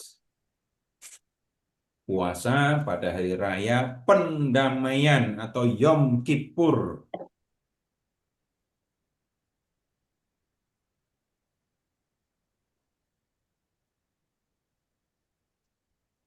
Silahkan ke Imamat bab 16. Tentang perayaan Yom Kippurnya itu disampaikan di ayat 1 sampai dengan ayat 28 ya. Nah, sekarang kita lihat ayat 29. Inilah yang harus menjadi ketetapan untuk selamanya bagimu. Pada bulan ke-7, tanggal 10 bulan itu, kamu harus merendahkan diri dengan berpuasa dan tidak melakukan apapun. Ya, 30. Sebab pada hari itu harus diadakan pendamaian bagimu untuk menahirkan kamu.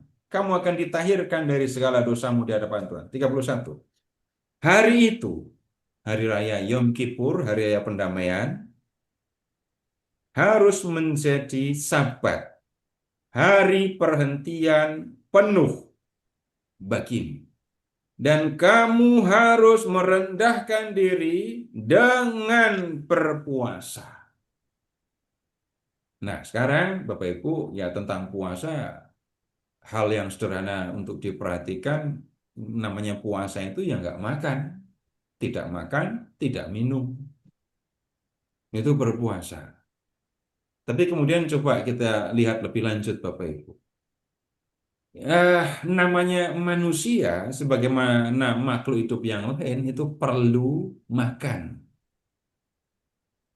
Ya, kemudian tubuh kita itu akan menunjukkan, memberikan tanda saya perlu makanan. Tanda apa yang ditunjukkan oleh tubuh? Rasa lapar di perut. Jadi adanya rasa lapar itu menunjukkan ini sudah waktunya makan. Kamu perlu makan. Kemudian nanti ketemu juga Bapak Ibu di level yang berbeda. Makan itu bukan hanya untuk memenuhi kebutuhan badan, bukan hanya untuk mengisi perut, tetapi untuk memuaskan lidah. Ya, berikutnya lagi, ini baru zaman modern. Makan itu untuk makan itu untuk menjaga kesehatan. Tapi lebih tepatnya yang saya maksudkan, tidak makan ini, tidak makan itu untuk menjaga kesehatan. Nah, yang belakangan, yang makan atau tidak makan untuk menjaga kesehatan, ini tolong dipinggirkan dulu. Karena eh, biarpun Bapak Ibu kenal atau tahu dengan diet Daniel itu tidak ada hubungannya dengan kesehatan. Oh iya, dia nggak makan ini. Jadi diet Daniel itu Makan apa? makanan Makan badan. sayur saja.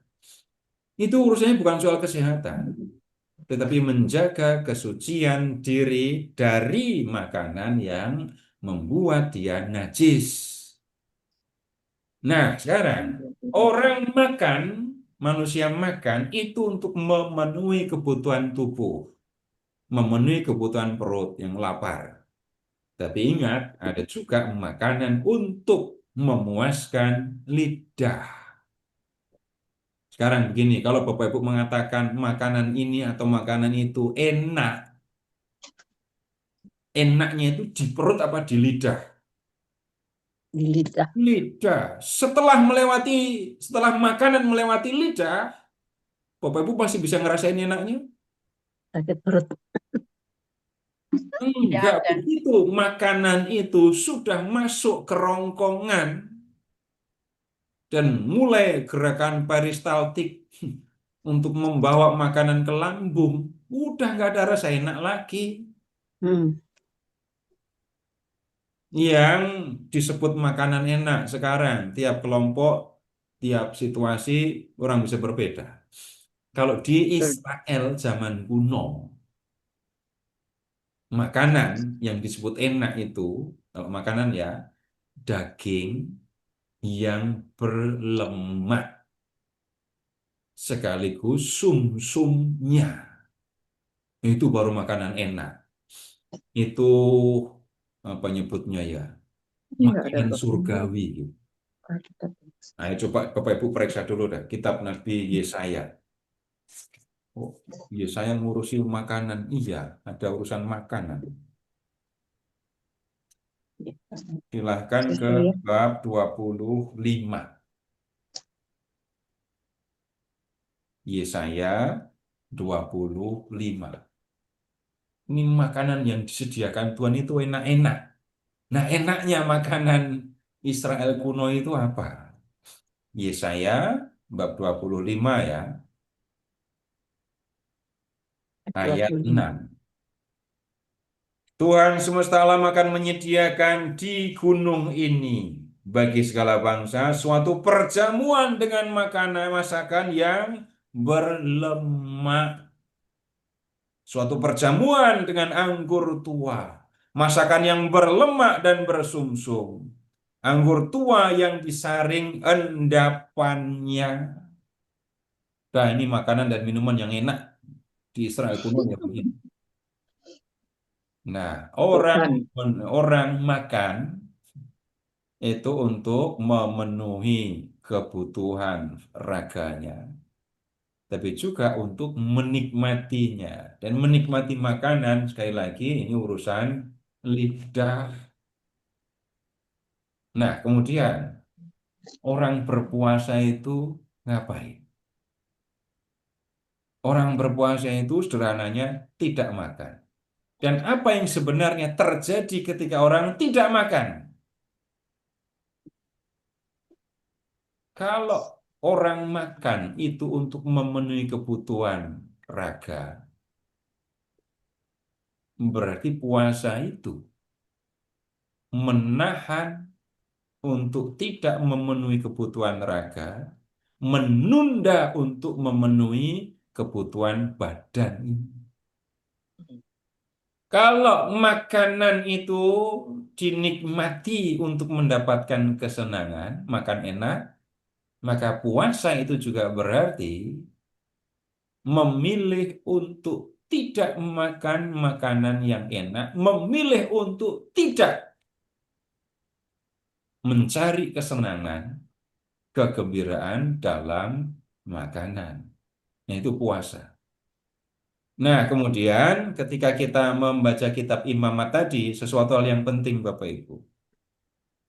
Ketika orang Israel mau dibersihkan oleh Tuhan, maka mereka harus merendahkan diri. Cara merendahkan diri dengan berpuasa. Loh, apa hubungannya berpuasa dengan merendahkan diri? Ya, kita nggak usah pakai macam-macam teori yang sulit, sederhana saja. Ketika orang berpuasa, dia tidak memikirkan makanan, tidak memikirkan perut, pikirannya akan tertuju kepada apa? Tuhan yang akan datang untuk membersihkan dirinya. Kemudian, Bapak Ibu lebih gampang marah kalau kenyang atau ketika lapar? Ya enggak lah. Enggak. Lebih kuat marah ketika lapar atau ketika kenyang? Lapar. Ketika kenyang. Oh, Hmm. lebih Itu mudah beda lapar. satu Tergantungnya dengan puasanya, lain. Pak. Tergantung emosinya. Beda-beda urusannya kan. Kalau lapar pasti Iya, ingin marah. Hmm. kan Kalau kalau puasanya untuk apa? kalau lapar, emosinya yang naik. Kalau kenyang, intelektualnya yang turun. Merepotnya. Nah, sekarang begini, ini belum ketemu urusannya merendahkan diri di hadapan Tuhan gitu ya. Kenapa ketika orang merendahkan diri di hadapan Tuhan itu dilakukan dengan berpuasa. Ketika orang berpuasa dia tidak makan, wajarnya ya badan menjadi lemah atau minimal berkurang kekuatannya, menjadi berkurang kekuatannya. Kemudian, ya lemahnya, berkurangnya kekuatan fisik ini yang kemudian malah diharapkan membantu orang untuk memperhatikan bukan perutnya, tapi diri atau jiwa. Kalau dalam bahasa Katolik, kita menemukan istilah askese kan? Askese, mati raga. Dalam mati raga apa yang terjadi? Raga dilemahkan. Tujuannya apa? Supaya jiwanya menjadi lebih kuat. Itu tujuan ketika orang berpuasa. Merendahkan diri di hadapan Tuhan, ya dilakukan dengan berpuasa supaya fisiknya menjadi lemah, tetapi jiwanya yang lebih kuat dan siap untuk dibersihkan oleh Tuhan. Nah, jiwa atau semangat orang berpuasa itu begitu. Tapi orang-orang munafik berpikir dengan cara yang berlawanan dengan spiritualitas puasa ini. Karena yang dia pikirkan, puasa itu tanda kesalehan. Kalau tanpa berpuasa, kalau orang melihat aku berpuasa, Saleh. maka aku akan dianggap orang yang saleh dan orang akan memuji aku. Orang akan memuji aku sebagai orang yang benar, orang yang baik di hadapan Allah. Sekarang Bapak Ibu, oh ya tolong Bapak Ibu carikan ya perikop tentang dua orang yang berdoa itu loh. Yang satu orang Farisi, Oh, itu. pemungut cukai itu loh. Satu. Mm-mm. Itu ada di mana Iya, itu? tidak apal, Pak. Tolong cariin dulu. Iya, ya Acong.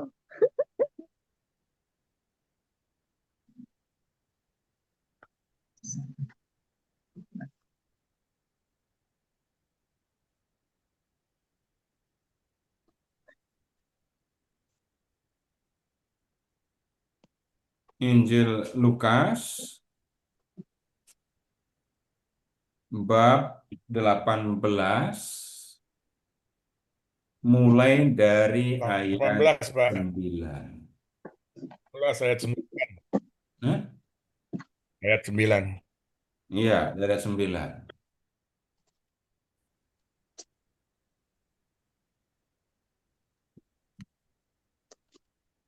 Lihat sekarang ke ayat 10 ya. Ada dua orang pergi ke bait Allah untuk berdoa. Yang satu orang Farisi dan yang lain pemungut cukai. Orang Farisi itu berdiri dan berdoa tentang dirinya.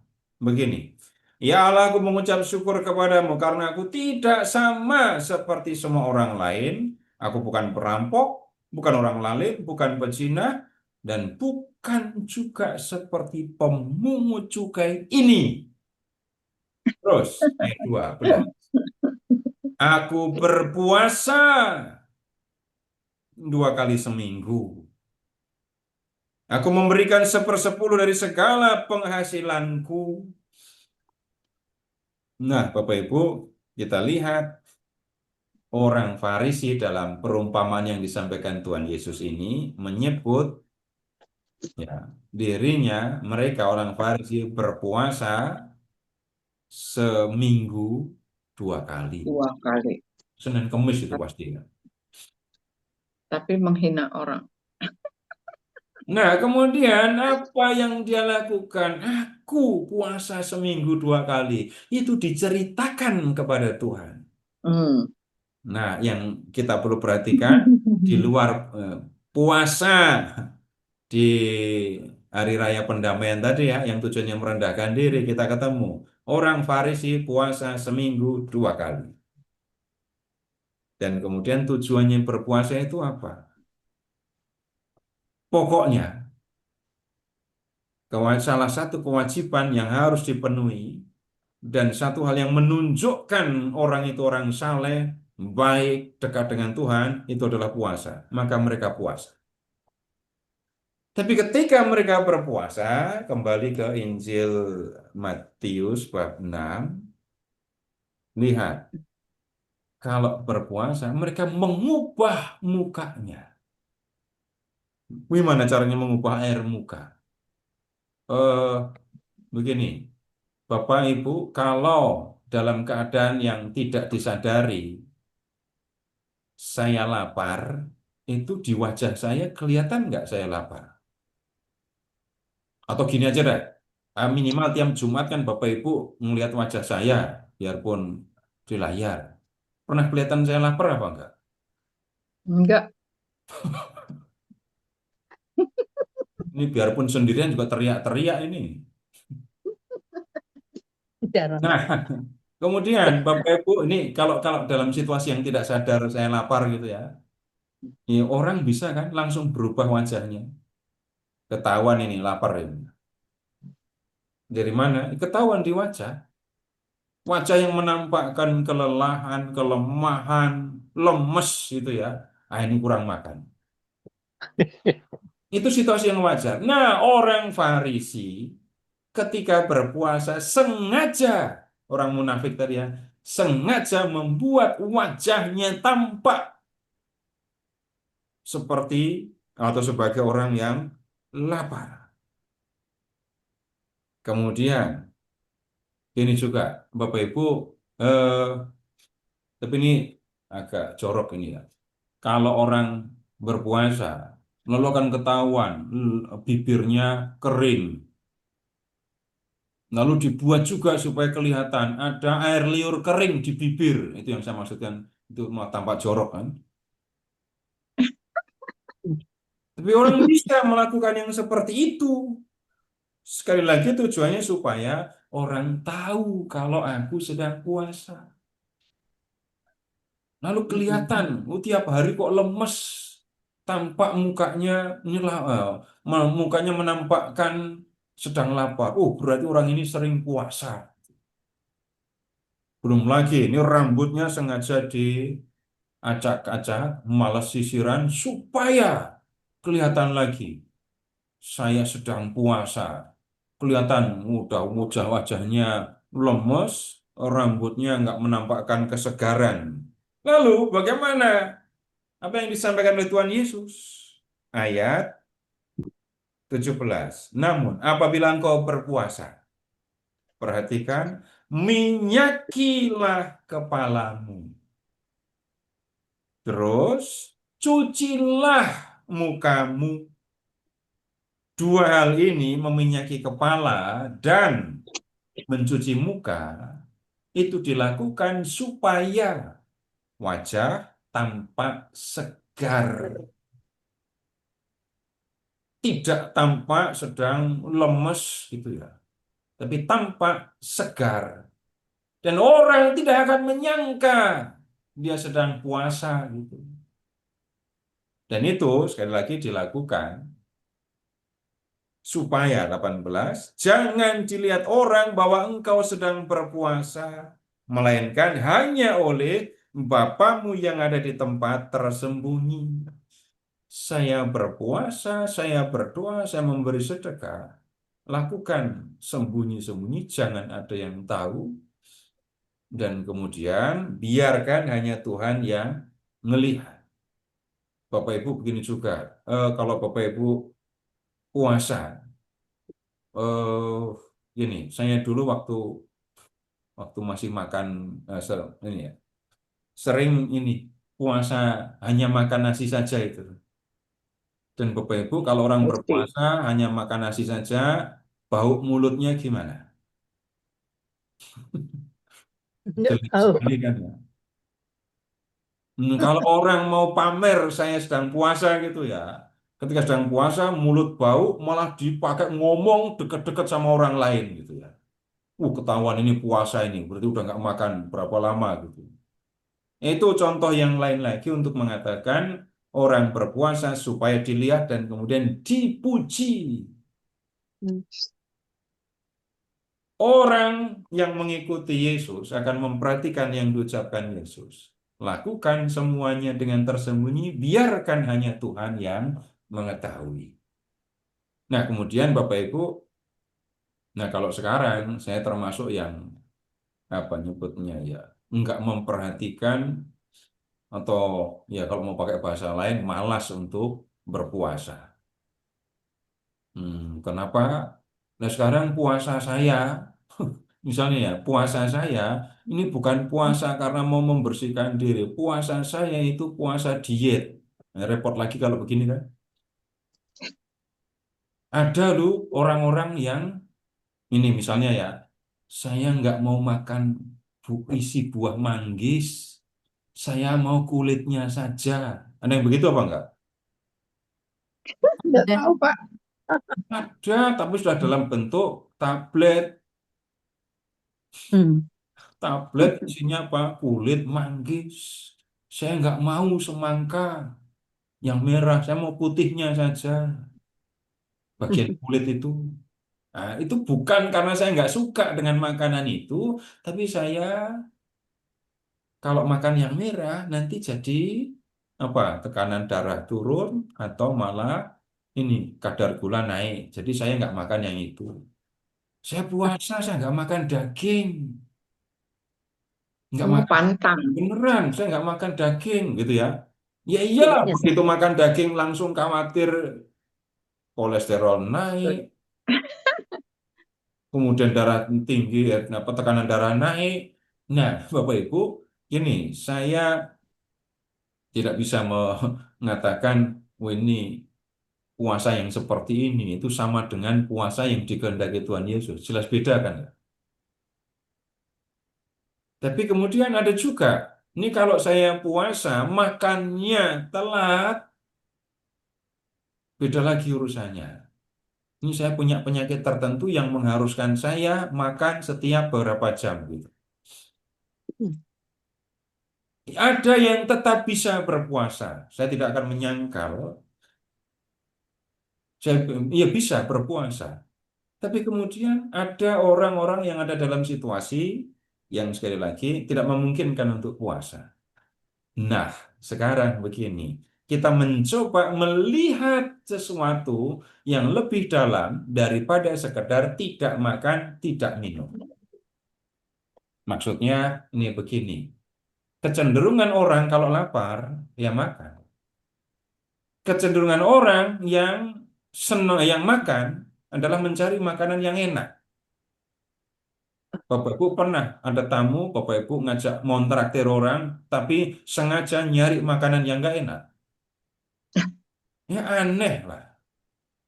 Tapi kecenderungan yang wajar, kecenderungan manusiawi mengatakan orang lapar, makan.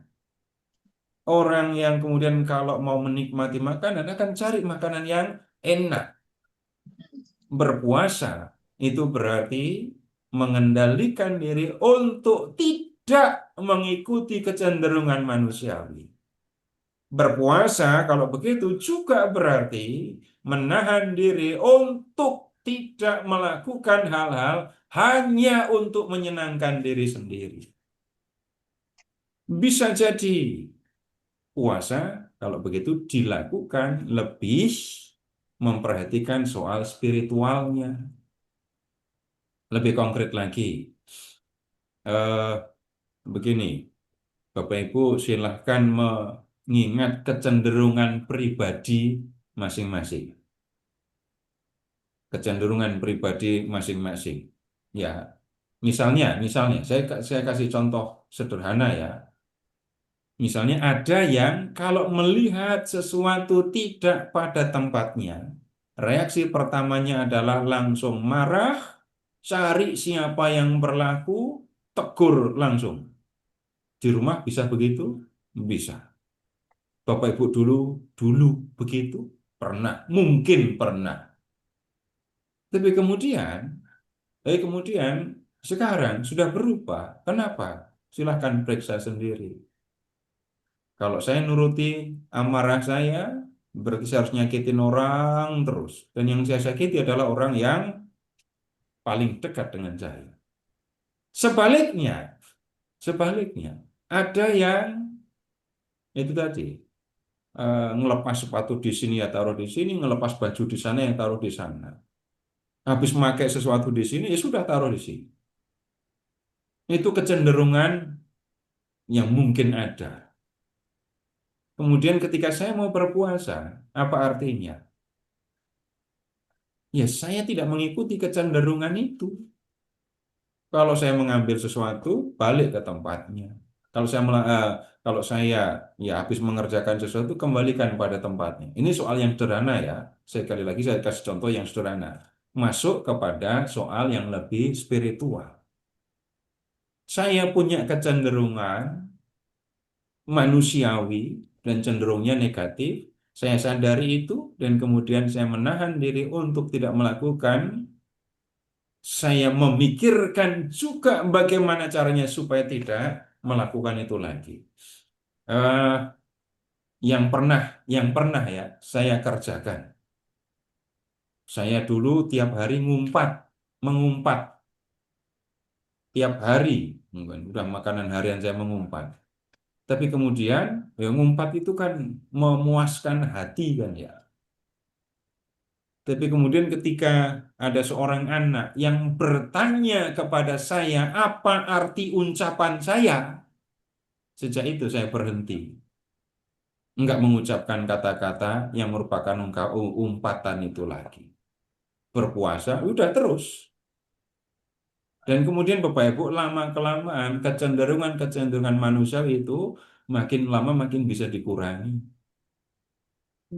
Nah, Bapak Ibu, saya yakin Bapak Ibu sudah melakukan banyak hal. Silahkan periksa sendiri ya.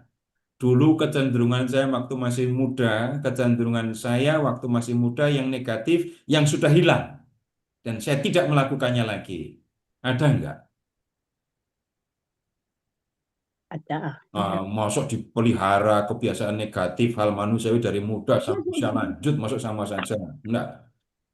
Ada banyak yang sudah berkurang. Dan Bapak Ibu amati itu.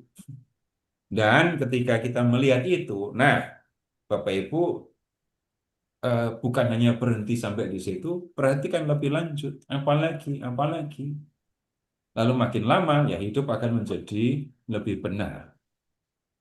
Ya, Bapak Ibu, itu yang kita pelajari berkaitan dengan melakukan kewajiban agama, berkaitan dengan soal memberi sedekah, berdoa, dan berpuasa. Saya harus memberitahukan Bapak Ibu begini, hari Jumat depan kita libur dulu. Kenapa? Saya mau mengikuti pertemuan dosen Alkitab yang diselenggarakan oleh LPI. Jadi dosen-dosen kitab suci Katolik semua kumpul. Nah, nanti saya akan bercerita tentang apa yang Bapak Ibu lakukan untuk belajar ini selama di hari Jumat ini. Jadi saya akan ceritakan ketika ada kesempatan, sepertinya ada kesempatan. Jadi bercerita tentang apa yang kita lakukan, belajar Alkitab itu yang kita lakukan seperti apa, bagaimana. Kan Bapak Ibu seringkali hanya mendengar cerita saya kan. Nah, sekarang saya akan menceritakan Bapak Ibu kepada teman-teman sesama dosen kitab suci. Jadi untuk hari Jumat kita libur dan kita ketemu di hari Jumat berikutnya. Baik, begitu dulu Bapak Ibu. Terima kasih, selamat malam dan kita berdoa. Terima kasih Pak Seto. Dalam nama Bapa dan Putra dan Roh Kudus. Amin. Kami bersyukur kepadamu ya Bapa, karena Engkau telah mengutus putramu untuk menyelamatkan kami. Dia hadir ke dalam dunia untuk menjadi guru kami, yang mengajarkan jalan yang benar, yang menunjukkan kepada kami apa yang harus kami lakukan, apa yang berkenan kepadamu, apa yang tidak berkenan kepadamu.